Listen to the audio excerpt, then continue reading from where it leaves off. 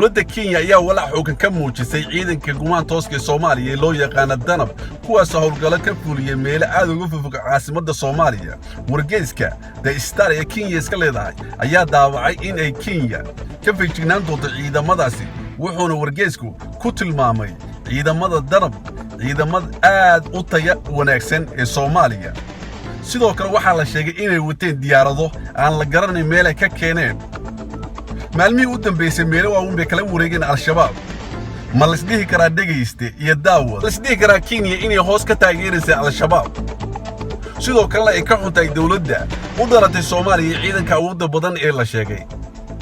waxaa ka sii daran oo la yaab ah nimanka siyaasiyiinta Soomaaliya isku sheegaya ee ku shiraaya Kenya hadda ka horna lagu xanto 2009 inay badda Soomaaliya lacag yariisa ka siisteen waddanka Kenya baddii ummadda Soomaaliyeed.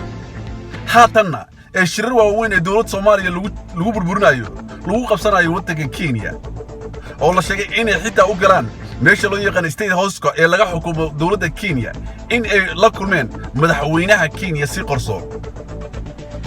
weli maana arag siyaasi Soomaaliyeed ee ka soo jeeda Soomaaliya oo ka hadlay dhulka Kenya haysata ee balad xaway ka dhisanaysa xuduudda ee ku xadgudubtay waddankeena. sidoo kale lama arag siyaasi Soomaaliyeed oo ka hor imaaday Kenya rabitaankeeda iyo badda Soomaaliya ee ka hadasho. mar walba markii la weydiiyo su'aalahaas waxay yiraahdaan dowladda Soomaaliya ayaa u xilsaaran, ayaguba miyaysan xaq u lahayn inay ka hadlaan. warkaas ka soo baxay Kenya waxa uu jawaabtay dowladda Mareykan oo ka caraysnaa waxay Kenya ku hadashay. wuxuuna Mareykan u sheegay Kenya in ay faraha kala baxdo Soomaaliya uu waddankaas xor u yahay wuxuu dhisanayo uuna yahay waddan madax bannaan oo ka tashanaya aayihiisa.